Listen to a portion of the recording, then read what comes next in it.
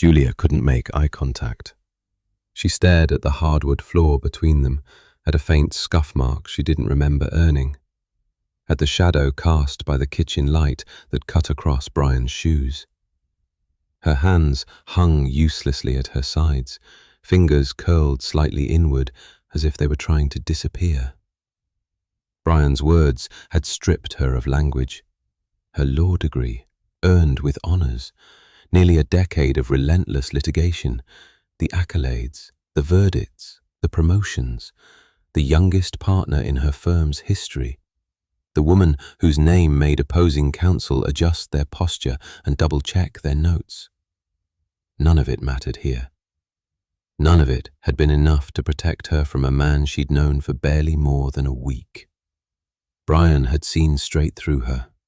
Not the polished exterior she presented to judges and juries, not the authority she wielded so effortlessly in conference rooms, but the fragile architecture underneath, the carefully engineered distance, the control she clung to not because it made her powerful, but because it kept her safe.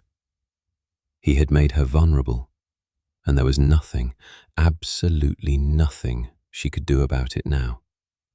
She had played her last card. The silence stretched.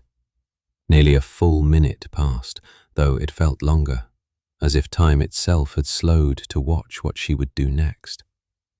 Her chest rose and fell unevenly, breath shallow, restrained. Every instinct screamed at her to recover footing, to say something clever, something disarming, something that would regain control of the moment. Instead, what came out was predictable, weak, and she knew it the instant the words left her mouth. "I'm not sure what it is you expect me to say, Brian." The sentence hung there, limp and exposed. She hated herself for it. She absolutely knew that this response would only invite further unraveling. It was the kind of deflection she'd perfected over years, passive, evasive, technically reasonable while avoiding the real issue entirely. The disrespect, the lies, the manipulation. The fact that she had engineered this entire encounter under the guise of coincidence because she hadn't been brave enough to do the one thing Brian had named so clearly. Say, "I'm sorry." Everything was now on the table, in plain sight, ready to be analysed, engaged, escalated. Julia braced herself for the argument she deserved, the sharp rebuke, the moral accounting, the emotional indictment that would finally strip her bare. It didn't come. Brian exhaled quietly.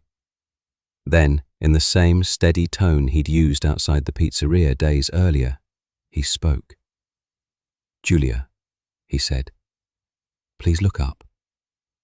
The request was gentle, respectful, from his perspective. From hers it was devastating, but also, like hers, predictable. Her jaw tightened. For a split second, she considered refusing, clinging to the last scrap of control available to her. But that, too, would be a performance, another dodge. Slowly, she lifted her head. Their eyes met. There was no anger in his, no satisfaction, no triumph, just resolve. "Julia," Brian said, "I'm now asking you for the second time.